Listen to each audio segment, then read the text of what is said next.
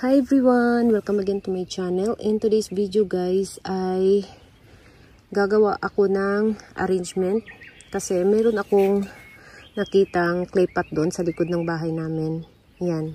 So hindi ko na tinanggal yung mga kiniskis ko lang nito. Yan, yung dito. Parang mga extra na mga ugat na dumikit. Yan, kiniskis ko lang. So ang plano ko sana nito ay taniman ng Ellen. Etong si Ellen. Dito ko sana siya ilipat. Kaya lang, habang naglilipat ako ngayon, parang ang dami kong apos. Eto apos. Tapos may apos ulit ako dito. So, ang naisip ko, i-ano ko na lang siya.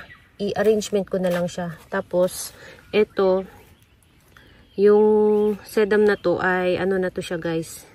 50-50 na to nung nakaraang winter time. So ito lang siyang natira na wala pa siyang dahon na ganito kakapal nung tinanim ko siya dito.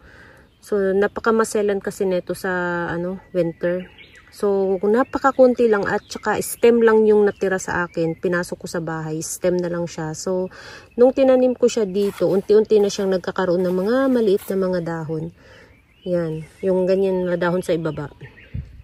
Tapos nung pinaulanan ko, ayan, biglang kumapal. Ang bilis kumapal.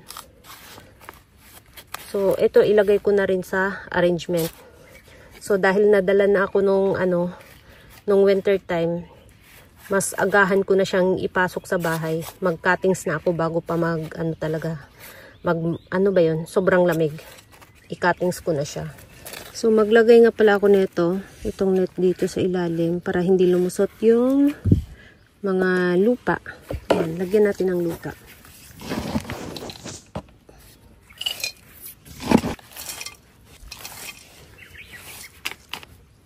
So, ayan guys. So, unahin nga pala natin ito.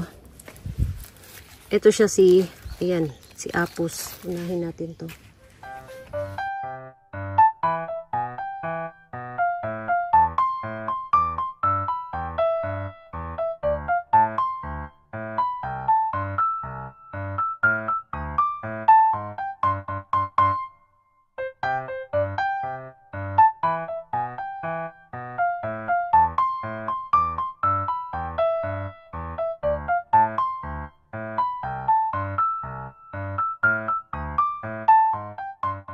Halos na yung mga ugat niya, mga dry na. Hindi na bago. Ito na lang yung bago. Yan. So next itong na-propagate ko dati sa sa buto. Yan. So napakaganda ng niya, mga ugat niya.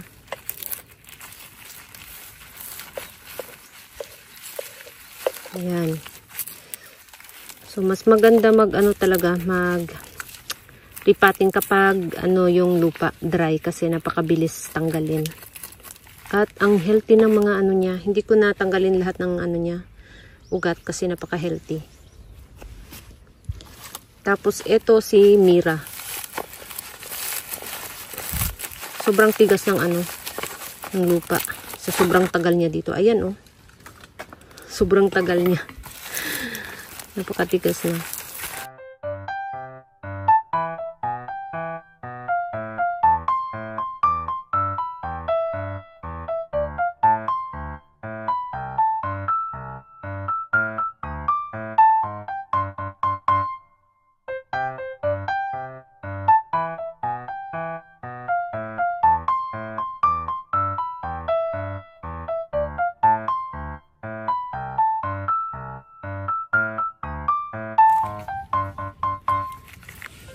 Tapos ito naman si Hana Urara.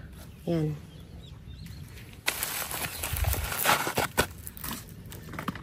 Kaya hindi siya lumalaki kasi ayan oh. Sobrang tigas na ng niya.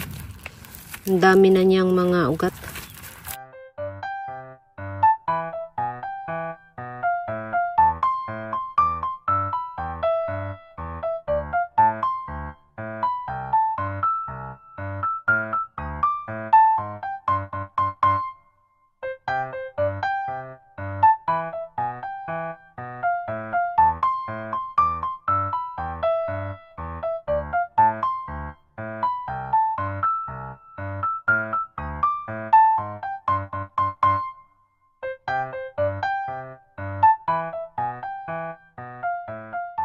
Ang dami niyang baby. Meron siyang 1, 2, 3, 4 na babies.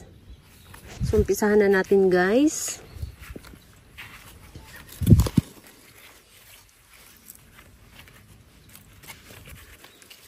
So, iuna natin to. Si Tom Tam.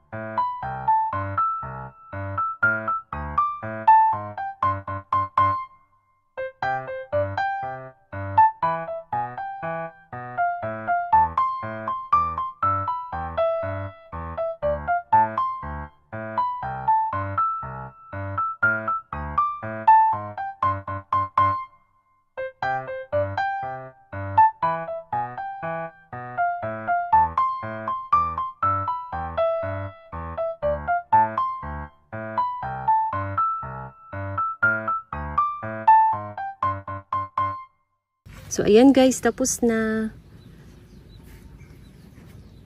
So, ito na yung ating pinaka bagong arrangement ngayon na ginawa.